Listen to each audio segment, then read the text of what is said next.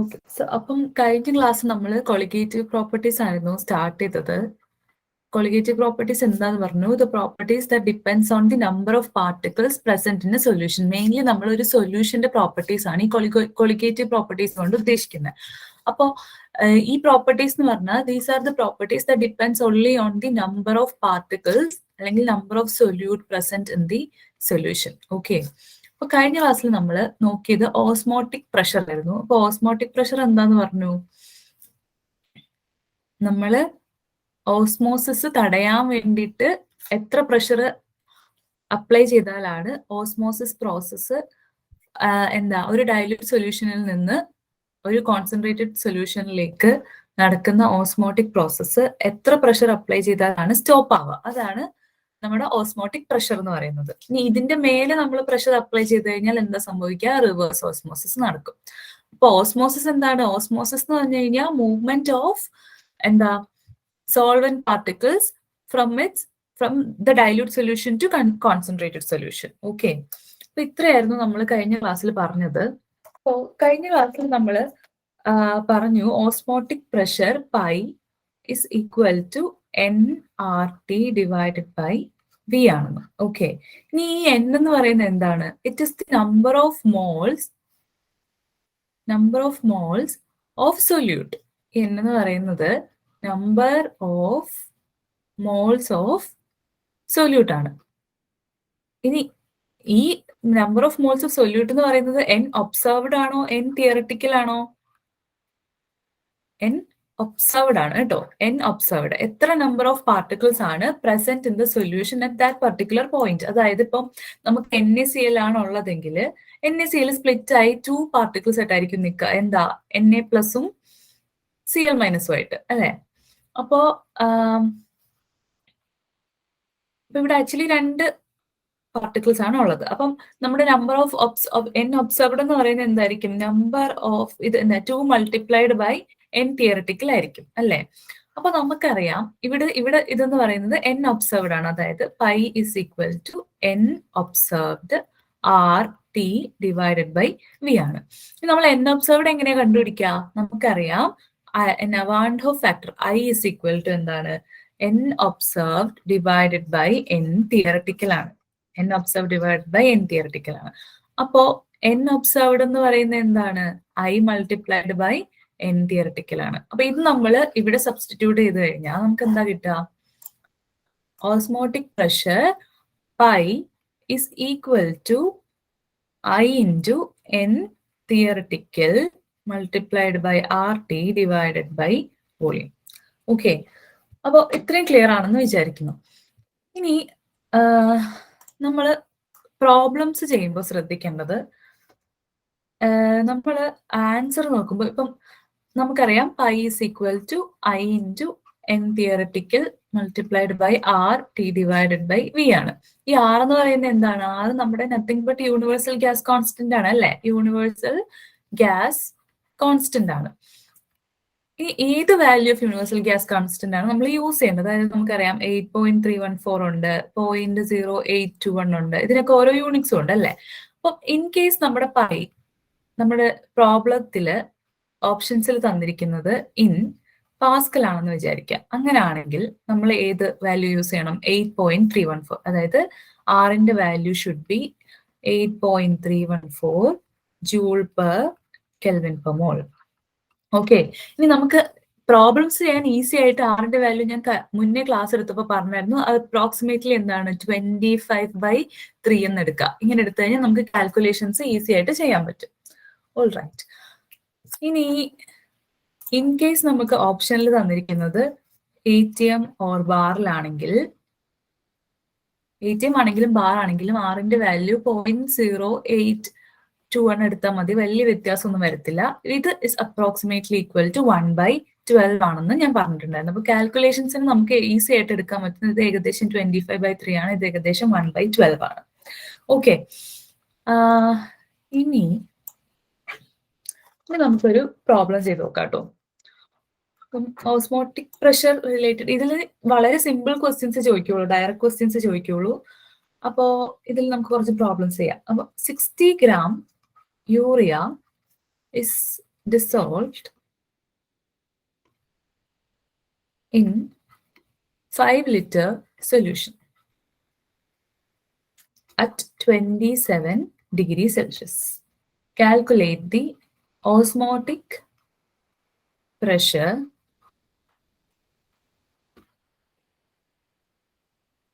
in ATM എന്നാണ് question.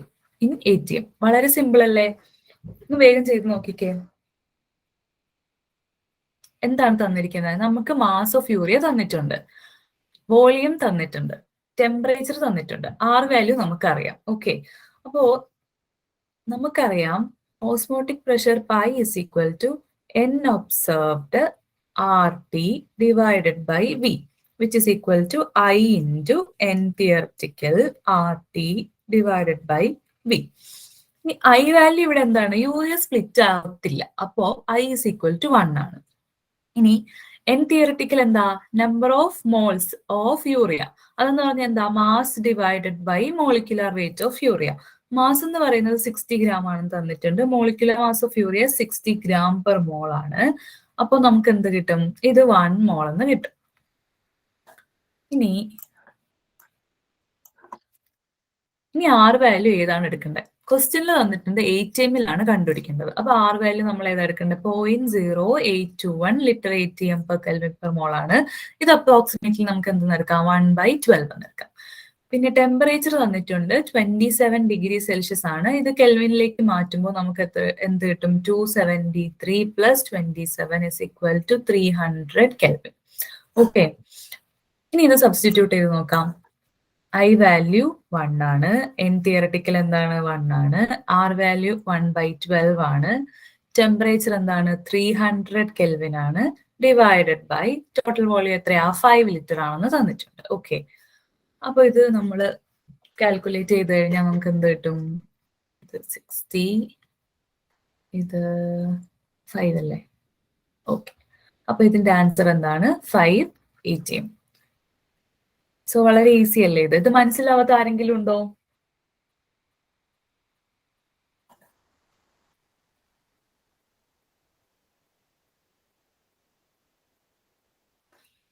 ഇത് മനസ്സിലാവാത്ത ആരെങ്കിലും ഉണ്ടോ? വളരെ ഈസിയാണ്. നമുക്കൊരു അടുത്ത ക്വസ്റ്റ്യൻ നോക്കിയാലോ? വേറൊരു ക്വസ്റ്റ്യൻ നോക്കിയാലോ? Next question, 58.5 gram of NaCl is dissolved in 5-liter solution at 27 degree Celsius. അങ്ങനെയാണെങ്കിൽ ഓസ്മോട്ടിക് പ്രഷർ പൈ കണ്ടുപിടിക്കാം. ഓക്കെ, സോ പൈ നമുക്ക് അഗെയിൻ അറിയാം, N observed into RT by V. അപ്പൊ I into N theoretical into RT divided by V. ഇനി ഇവിടെ I value എന്താണ്? NaCl completely dissociate ചെയ്യുന്ന strong electrolyte ആണ്. അപ്പോൾ NaCl സ്പ്ലിറ്റ് ആയി Na പ്ലസും Cl മൈനസും തരും. അപ്പോൾ I value is equal to 2 ആണ്. ഇനി നമ്പർ ഓഫ് മോൾസ് നമുക്ക് കണ്ടുപിടിക്കണം. നമ്മുടെ മോളാർ മാസ് ഓഫ് NaCl എന്ന് പറഞ്ഞു കഴിഞ്ഞാൽ അപ്രോക്സിമേറ്റ്ലി 58.5 ഗ്രാം ആണ്.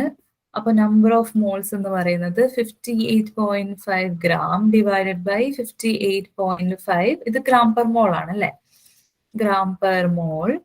അപ്പൊ എഗെയിൻ ഇത് എന്ത് കിട്ടും? 1 മോൾ എന്ന് കിട്ടി. ഇനി പൈ കണ്ടുപിടിക്കേണ്ടത് ATM-ലാണ്. ഓക്കെ, ഇപ്പൊ ATM-ലാണെന്ന് കരുതുക. അപ്പൊ ആറിന്റെ വാല്യൂ എന്താണ്? 0.0821 എന്ന് പറഞ്ഞാൽ അപ്രോക്സിമേറ്റ്ലി നമ്മൾ 1/12 ആയിട്ട് എടുക്കുന്നു. Temperature 27 degree Celsius which is 300 kelvin നമ്മൾ നേരത്തെ കണ്ടുപിടിച്ചായിരുന്നു. അപ്പൊ ഇവിടെ എന്താ വ്യത്യാസം വന്നത്? ഇവിടെ I വാല്യൂ എന്ന് പറയുന്നത് നമുക്ക് 2 വന്നു അല്ലെ? 2 ഇൻറ്റു N തിയററ്റിക്കൽ എന്താ? 1 ആണ്, into 1/12 into 300 kelvin divided by total volume എത്രയാ? 5 ലിറ്റർ എന്നല്ലേ? Which is equal to 10 ATM. ഇത് മനസ്സിലാവാത്ത ആരെങ്കിലും ഉണ്ടോ? എന്തെങ്കിലും ഡൗട്ട് ഉണ്ടോ? ക്ലിയർ ആയോ? ക്ലിയർ ആണ്. ഓക്കെ ഓക്കെ, ഇനി ഇതിപ്പോ നമ്മൾ ഒരു സൊല്യൂട്ടിന്റെ കാര്യമാണ് പറഞ്ഞത്. അതായത് നമ്മുടെ സൊല്യൂഷനിൽ ഒരു സൊല്യൂട്ട് മാത്രമുള്ള കേസാണ് നമ്മൾ ഇത്ര നേരം പറഞ്ഞത്. ഇനി മൾട്ടിപ്പിൾ സൊല്യൂട്ട് ഉണ്ടെന്ന് വിചാരിക്കാം. അപ്പൊ നമ്മളിവിടെ കുറച്ച് കേസസ് ആണ് കേട്ടോ ഫസ്റ്റ് തന്നെ പറയാൻ പോകുന്നത്. അപ്പം ഫസ്റ്റ് നമുക്ക് കേസ് 1 നോക്കാം. കേസ് 1, ഇവിടെ 2 or more solute are present. 2 or more solute are present.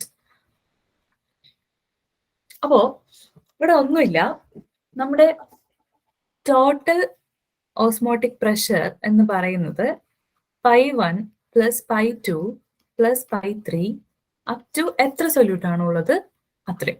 Okay, ഇനി ഇതിനെ നമുക്ക് സ്പ്ലിറ്റ് ചെയ്ത് എഴുതി കഴിഞ്ഞാൽ, അല്ലെങ്കിൽ നമ്മൾ ഫോർമുലയുടെ ബേസിൽ എഴുതി കഴിഞ്ഞാൽ ഇതെന്ന് പറയുന്നത് N total into R T divided by total volume ആയിരിക്കും. അപ്പോ ഈ എൻ ടോട്ടലിനെ നമ്മൾ വേർതിരിച്ച് എഴുതി കഴിഞ്ഞാൽ എൻ ടോട്ടൽ എന്ന് പറയുന്നത് N1 I1 plus N2 I2 plus up to NN എത്രയാണോ സൊല്യൂട്ട് ഉള്ളത് അവരുടെയൊക്കെ ഇത് multiplied by RT divided by V. Okay, so ഇത് വളരെ സിമ്പിൾ ആണ്. നമ്മുടെ പൈ ടോട്ടൽ എന്ന് പറയുന്നത് സം ഓഫ് ഈച്ച് സൊല്യൂട്ടിന്റെ കോൺട്രിബ്യൂഷൻ ആയിരിക്കും. ഓക്കെ, ഇനി നമുക്ക് ഇതിന്റെ ഒരു എക്സാമ്പിൾ നോക്കാം. ഇത്രയും ക്ലിയർ ആയില്ലേ? ഇതിന്റെ ഒരു എക്സാമ്പിൾ ആണ് 60 gram of urea and 58.5 gram of NaCl are dissolved in 5 liter at 27 degrees Celsius. അങ്ങനെയാണെങ്കിൽ പൈ കണ്ടുപിടിക്കുക ഇൻ ടേംസ് ഓഫ് ATM. നിങ്ങൾ ആരെങ്കിലും ഒന്ന് ചെയ്തിട്ട് വേഗം പറയാൻ പറ്റുമോ നോക്ക്. അപ്പൊ ഇത് നമ്മൾ നേരത്തെ ചെയ്ത ക്വസ്റ്റ്യൻസ് ആണ് ആക്ച്വലി. ഇത് ആക്ച്വലി നമുക്ക് രണ്ട് രീതിയിൽ ചെയ്യാം. ഒന്നുകിൽ നമുക്ക് π1ഉം π2ഉം സെപ്പറേറ്റ് ആയിട്ട് കണ്ടുപിടിക്കുക, എന്നിട്ട് പൈ ടോട്ടൽ എന്ന് പറയുന്നത് π1 പ്ലസ് π2 എന്ന് എടുക്കാം. നമുക്കറിയാം ഫസ്റ്റ് ക്വസ്റ്റ്യനിൽ നമുക്ക് ചെയ്തപ്പോൾ കിട്ടിയത് 5 ATM എന്നായിരുന്നു, സെക്കൻഡ് ക്വസ്റ്റ്യനിൽ 10 ATM എന്നായിരുന്നു. അപ്പൊ ഇതിന്റെ സം എന്ന് പറയുന്നത് എന്താണ്? 15 ATM. ഒരു മെത്തേഡ് ഇങ്ങനെയാണ്. ഇനി ഇതല്ലെങ്കിൽ നമുക്ക് ഡയറക്റ്റ് ഈ ഇക്വേഷൻ സബ്സ്റ്റിറ്റ്യൂട്ട് ചെയ്യാം. ഓക്കെ, അപ്പോ നമുക്കറിയാം number of moles of urea എന്ന് പറയുന്നത് പൈ ടോട്ടൽ എന്ന് പറയുന്നത് നമുക്ക് എങ്ങനെ എടുക്കാം? N urea into I1 I urea plus N sodium chloride into I sodium chloride into RT divided by total volume.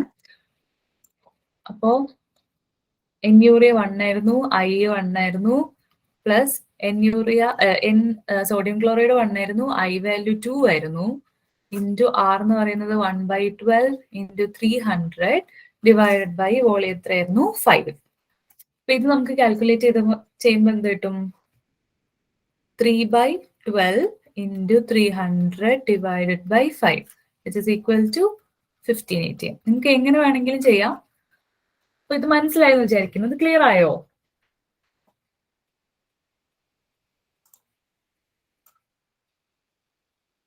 Clear ആവാത്ത ആരെങ്കിലും ഉണ്ടോ? All right, okay. അപ്പൊ നമ്മൾ കേസ് 1 എന്താ പറഞ്ഞത്? ഒന്നിൽ കൂടുതൽ സൊല്യൂട്ട് ഉണ്ടെങ്കിൽ. ഓക്കെ, നെക്സ്റ്റ് ആണ് കേസ് 2. കേസ് 2. കേസ് 2-ല് നമ്മൾ പറയുന്നത് if 2 or more non reacting solutions are mixed. Non-reacting solutions are mixed. അപ്പൊ ഇവിടെ പൈ ടോട്ടൽ എന്ന് പറയുന്നത് π1 V1 plus π2 V2 plus up to πn Vn divided by V1 plus V2 plus V3 to ടു Vn, അതായത് V total. ഇനി ഇത് നമ്മൾ split ചെയ്ത് എഴുതി കഴിഞ്ഞാൽ നമുക്ക് കിട്ടും N1 I1 plus N2 I2 plus up to NN IN multiplied by RT divided by total volume, അല്ലെങ്കിൽ V1 plus V2 plus V3 up to Vn. അതായത് നമുക്ക് V ടോട്ടൽ എന്നാണെങ്കിൽ എഴുതാം. ഓക്കെ, ഇനിയിപ്പോൾ ഇതിന്റെ ഒരു എക്സാമ്പിൾ നോക്കാട്ടോ, നിങ്ങൾക്ക് ഇത് കുറച്ചുകൂടെ മനസ്സിലാവും. ഫസ്റ്റ് സൊല്യൂഷൻ നമ്മൾ solution A is given as 60 gram urea in 2 liter solution at 27 degrees Celsius. ഇനി അതുപോലെ സൊല്യൂഷൻ ബി തന്നിട്ടുണ്ട്. It is 180 gram glucose in 3 liter solution, ഇതും അറ്റ് 27 ഡിഗ്രി സെൽഷ്യസ്. അങ്ങനെയാണെങ്കിൽ if A and B are mixed, calculate pi of solution formed. Okay, ഇതാണ് question. ഇനി first നമുക്ക് അറിയേണ്ടത് ഇതിന്റെയൊക്കെ ഐ വാല്യൂസ്. അതായത് യൂറിയയുടെ ഐ വാല്യൂ എന്താണ്? യൂറിയ സ്പ്ലിറ്റ് ആവോ? ഇല്ല. So I value is 1. ഗ്ലൂക്കോസും സ്പ്ലിറ്റ് ആവില്ല. അപ്പൊ ഐ വാല്യൂ ഇസ് 1. ഇനി നമുക്കറിയാം pi is equal to n urea, I urea plus n glucose, I glucose multiplied by RT divided by V urea plus V glucose. Okay, ഇങ്ങനെയല്ലേ വരിക? നമുക്ക് urea ഉണ്ട്, glucose ഉണ്ട്, രണ്ട് ഡിഫറെന്റ് സൊല്യൂഷൻസ് ആണ്. അതായത് നമ്മുടെ കയ്യിലൊരു ഗ്ലൂക്കോസ് സൊല്യൂഷനും ഉണ്ട്, നമ്മുടെ കയ്യിലൊരു യൂറിയ സൊല്യൂഷനും ഉണ്ട്. ഇത് രണ്ടും കൂടെ നമ്മൾ മിക്സ് ചെയ്ത് ഒരു മിക്സ്ചറാണ് ഫോം ചെയ്യാൻ പോകുന്നത്, അല്ലേ? അപ്പോ നമുക്ക് ആദ്യം എൻ യൂറിയ കണ്ടുപിടിക്കാം. എൻ യൂറിയ എന്ന് പറയുന്നത് എന്താ? 60 gram ഡിവൈഡഡ് ബൈ 60 എന്താണ്? 1 ആണ്.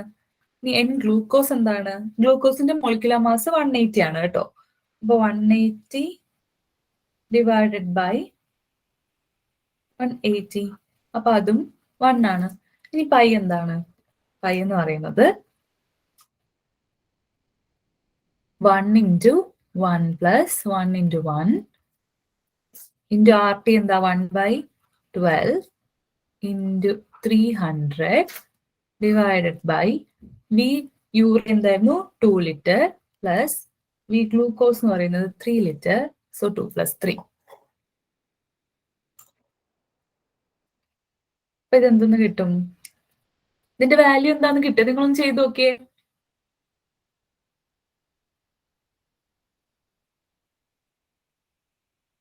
Two divided by 5 into 1/12 into 300. എന്താ കിട്ടണേ?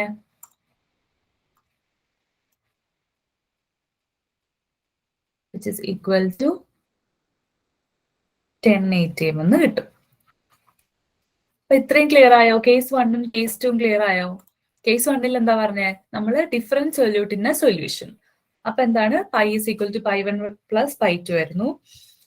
ഇനി കേസ് 2ൽ എന്താ പറഞ്ഞേ? ഡിഫറെന്റ് സൊല്യൂഷൻ, അതിനെ നമ്മൾ മിക്സ് ചെയ്ത് ഒരു സൊല്യൂഷൻ ആക്കി. അപ്പൊ എന്താ? π1 v1 plus π2 v2 plus etcetera divided by v1 plus v2 plus v3 etcetera വന്നു. ഇനി അടുത്ത കേസാണ്. ഇത് കുറച്ച് ഇമ്പോർട്ടന്റ് ആണ്, നിങ്ങൾ ശ്രദ്ധിച്ചിരിക്കണം. കേസ് 3. ഇതില് if 2 or more reacting solutions, the difference എന്ന് പറയുന്നത് ഇവര് റിയാക്ട് ചെയ്യുന്നു എന്നുള്ളതാണ്. Reacting solutions are mixed. 2 or more reacting solutions are mixed. Okay, അപ്പൊ ഇവിടെ നമ്മൾ നോട്ട് ചെയ്യേണ്ടത് ഇവിടെ എന്ത് റിയാക്ഷൻ ആണ് നടക്കണേ? What reaction is happening? അത് കഴിഞ്ഞിട്ട് മാത്രമേ നമുക്ക് ഇവിടുത്തെ വാല്യൂ അല്ലെങ്കിൽ കൊളിഗേറ്റീവ് പ്രോപ്പർട്ടി എന്താണെന്ന് കണ്ടുപിടിക്കാൻ പറ്റുള്ളൂ. അപ്പൊ ഇതില് ഈസി ആയിട്ട് മനസ്സിലാക്കാൻ പറ്റുന്നത് ഒരു എക്സാമ്പിൾ നമുക്ക് നോക്കാം. 2 liter ഓഫ് 1 molar Hg2+, ഇതെന്താ? Mercury is mixed with 3 liter of 2 molar I minus solution at 27 degrees Celsius. Calculate osmotic pressure pi in terms of ATM. ഇതാണ് ക്വസ്റ്റ്യൻ.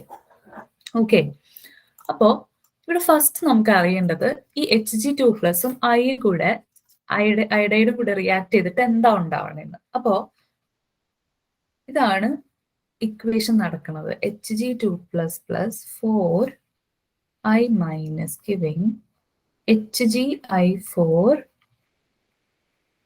2-. ഇതാണ് നമ്മുടെ റിയാക്ഷൻ.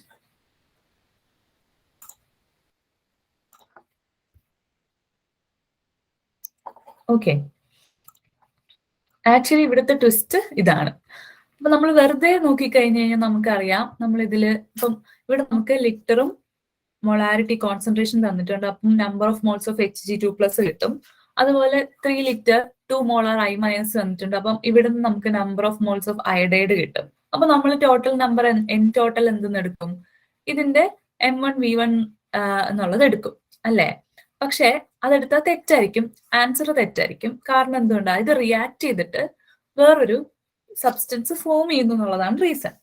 നമ്മൾക്കിത് ഫസ്റ്റ് എന്തോരം റിയാക്ഷൻ നടക്കണമെന്ന് നോക്കണം.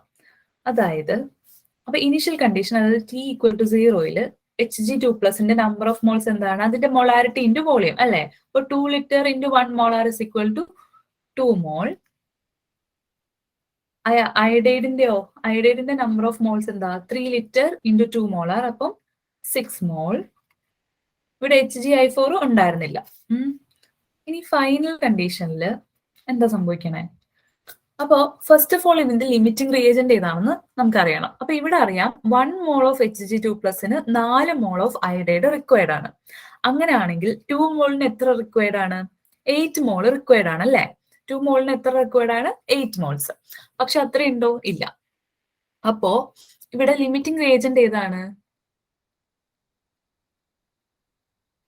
ലിമിറ്റിംഗ് റിയേജന്റ് അയഡൈഡ് ആണ്. Alright, limiting reagent iodide ആണ്.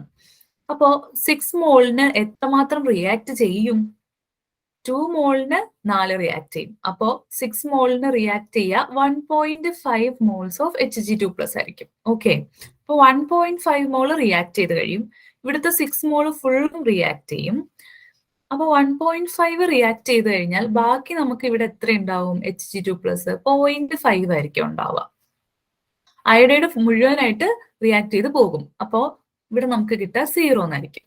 ഇനി ഇവിടെ എത്ര ഫോം ചെയ്യും? ഇവിടെ 1 മോൾ റിയാക്ട് ചെയ്ത് കഴിഞ്ഞാൽ ഇവിടെ ഫോം ചെയ്യണത് 1 മോൾ ആയിരിക്കും. അപ്പൊ ഇവിടെ 1.5 അല്ലേ റിയാക്ട് ചെയ്തത്? അപ്പൊ ഇവിടെ ഫോം ചെയ്യണത് 1.5 മോൾ HgI4 ആണ്. ഇത്രയും ക്ലിയർ ആവാത്ത ആരെങ്കിലും ഉണ്ടോ? ഇത്രയും പോർഷൻസ്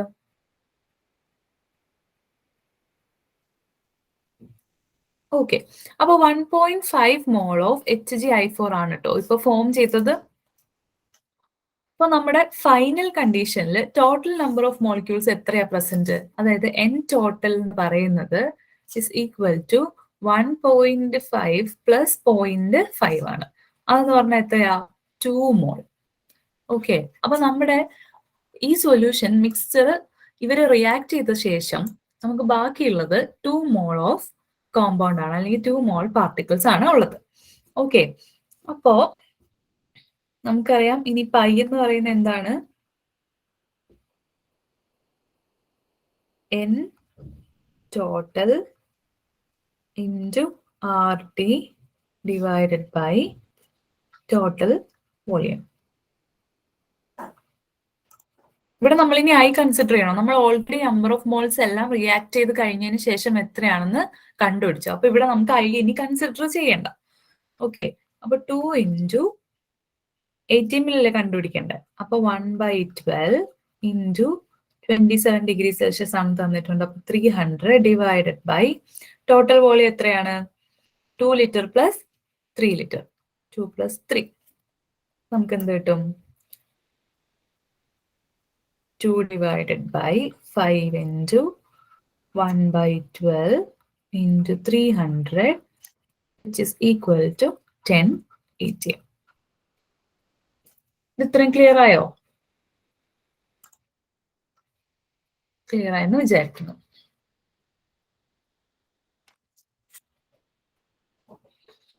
അപ്പൊ കേസ് 1, കേസ് 2, കേസ് 3 കഴിഞ്ഞു. ഇനി അടുത്തതാണ് കേസ്